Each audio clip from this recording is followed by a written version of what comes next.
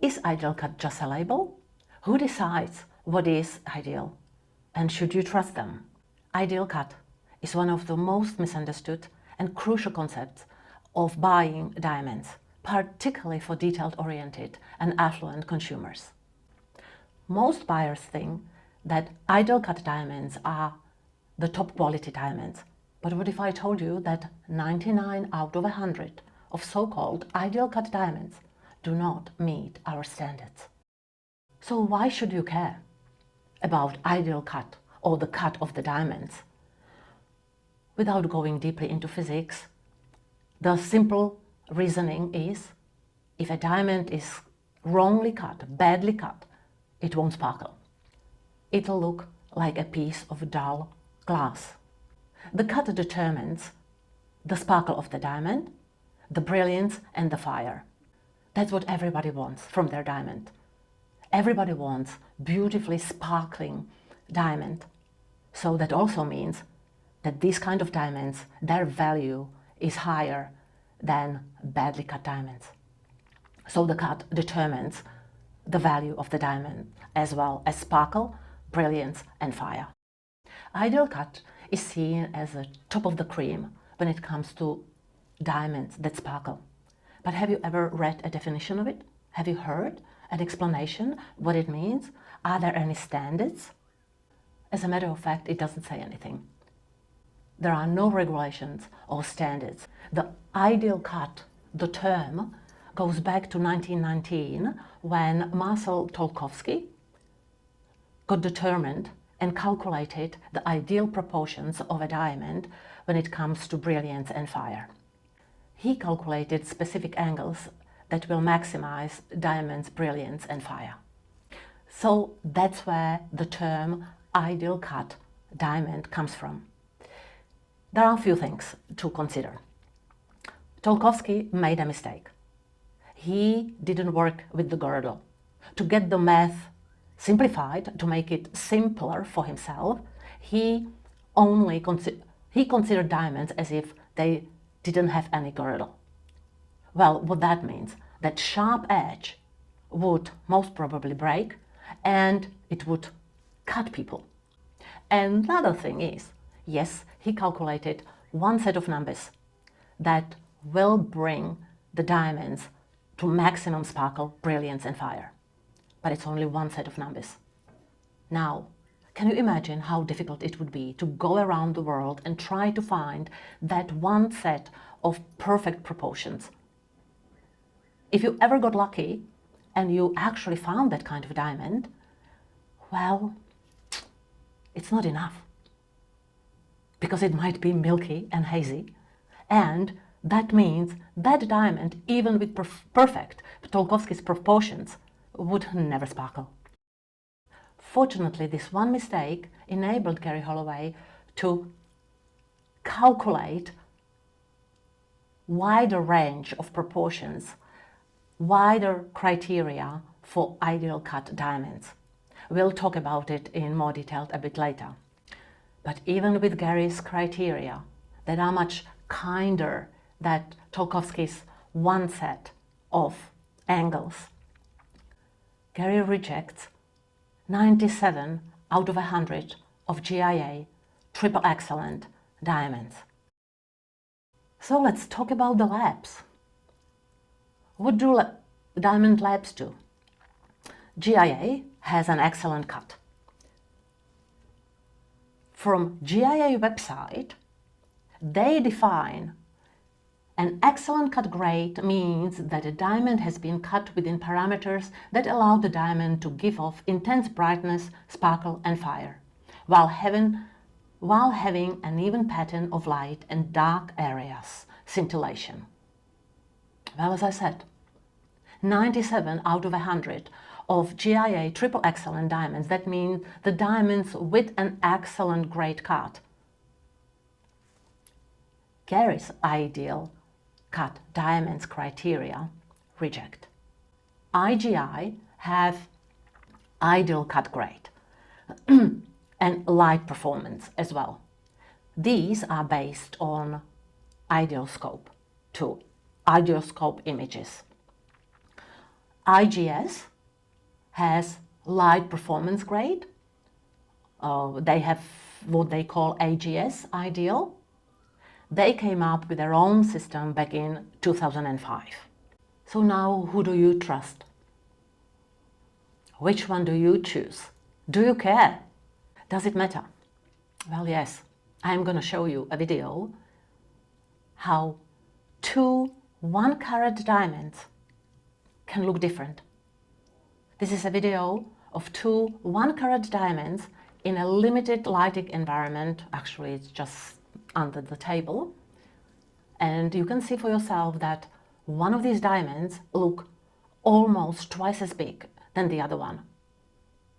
Well, the bigger one is Holloway Ideal Cut. The other one is GIA Triple Excellent. Which one would you choose? 20 years ago, I was engaged to a different guy. And I went online and I chose my own diamond. I had no idea what I was doing, and it showed. I picked the biggest one for my money, or for my fiancé's money. We got it set into a beautiful solitaire ring, and I put it on my finger, and my heart sank. I remember that feeling till today. And yeah, that engagement didn't work out, even though the ring wasn't at fault at all. It was my fault because I did very little research and I had no idea what I was doing. But sometimes I think about that ring nowadays, knowing what I know today. And I cannot imagine wearing that ring for the rest of my life. And I don't want any of you to ever have that feeling as I had 20 years ago. Because you can have beautiful, sparkling diamond. It just takes a bit more knowledge. Actually, a lot more knowledge. As I already said, Ideal has no standards as such in the industry. Often it's used as a marketing term because jewelers, wholesalers, they know that customers see it as a top of the cream diamonds, so they are asking for them. Everybody puts their own spin on what Ideal means so that they can sell those diamonds that look dull. Our philosophy at Holloway Diamonds is let light performance, not labels, decide. We use tools like Ideal Scope, Acid Scope and Holloway Cut Adviser or HCA to determine light performance of any diamond. Garry invented Ideal Scope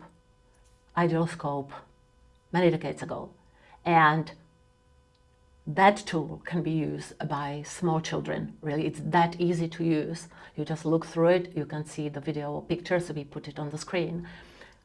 It's very easy to use. It has only one disadvantage. You actually have to have the diamond in your hand and look at it through Ideal Scope or Ideal Scope card. That's why Garry started working on Holloway Cut Adviser, because Holloway Cut Adviser takes proportions of the diamond, and the proportions you can get from GIA certificate, for example, and based on the proportions, the HCA software determines so-called HCA score. And every single diamond with HCA score 0 to 2 has a great potential to sparkle. Any HCA score over 2, we reject. We never even look at it. This graph will show you how Holloway Ideal Standard compares to Tolkowsky Ideal Cut. Remember, the Ideal Cut has nothing to do with any certificate. It has to do with the potential of any diamond to sparkle. So let's look at this graph. This is Tolkowsky's original Ideal Cut. 34.5 degrees crown angle and 40.75 degrees pavilion angle. When Garry started researching And when the girdle, he added the girdle so that he was actually working with real diamonds, not simplified versions of round brilliant diamonds. So he figured that actually it's not just one proportion. It's when you move crowned angle up and pavilion angle down, or vice versa, you can still get exactly the same maximum sparkle and brilliance and fire from a diamond. So basically, these diamonds within this, on this line, within these ranges of crowned and pavilion angles, will sparkle as much as the Tolkowsky's original ideal cut. So you have more chances to find your ideal cut diamonds like this. But Garry didn't stay here. He decided that diamonds from around this line, in this area of proportions, are good enough. And that's how Holloway Ideal Cut works. So in this area, diamonds with measurements from this green area will come up with HCA score 0 to 2. All the diamonds outside of this area, Garry rejects because they are not sparkly enough for us. How much sparkle do you want? At Holloway Diamonds, we sell only natural Holloway Ideal Cut diamonds. What that means in simple words is that we reject 97 out of 100 GIA Triple Excellent diamonds. We also call them 10-table diamonds. They are those diamonds that sparkle across the room. When you are in a restaurant, complete stranger comes to you and says, "Excuse me, can I have a look at your ring? It's been flashing me for last hour. I just have to come and have a look." Happened to me quite a few times. It happens to our customers all the time. So, how do you go about getting ideal cut diamonds? Well, start with GIA Triple Excellent. That's a simple start. Then run the dimensions through HollowayCutAdviser.com. Anybody can do that. Select only diamonds that HCA score is between 0 and 2. You can look at the diamonds through Idealscope or Idealscope card. It's very easy to use, but you have to be careful about one thing. At the very end, if everything works, you have to look at the diamond. You have to have somebody who you trust to look at the diamond to determine if it's milky and hazy or crystal clear. No lab certificate will tell you this information. And if you go through all these troubles and you really, really want your diamond to sparkle and you end up with hazy and milky diamond, it won't sparkle. So again, Ideal Cut is not a label. It's a light performance. If you're buying a diamond, don't trust the label. Learn how to distinguish a light performance. Or talk to someone who knows. You can visit one of our stores and our sales consultants will tell you how heartless and ruthless Garry is when it comes to selling his diamonds, when it comes to selecting his diamonds. No shortcuts, no compromises, only perfection, every single time. And when you ask them, why do you put up with it? They are going to stop you right in your tracks and say something like, no, you don't understand. Garry knows so much. I feel really privileged to work here and learn from Garry because we are selling the best diamonds in the world.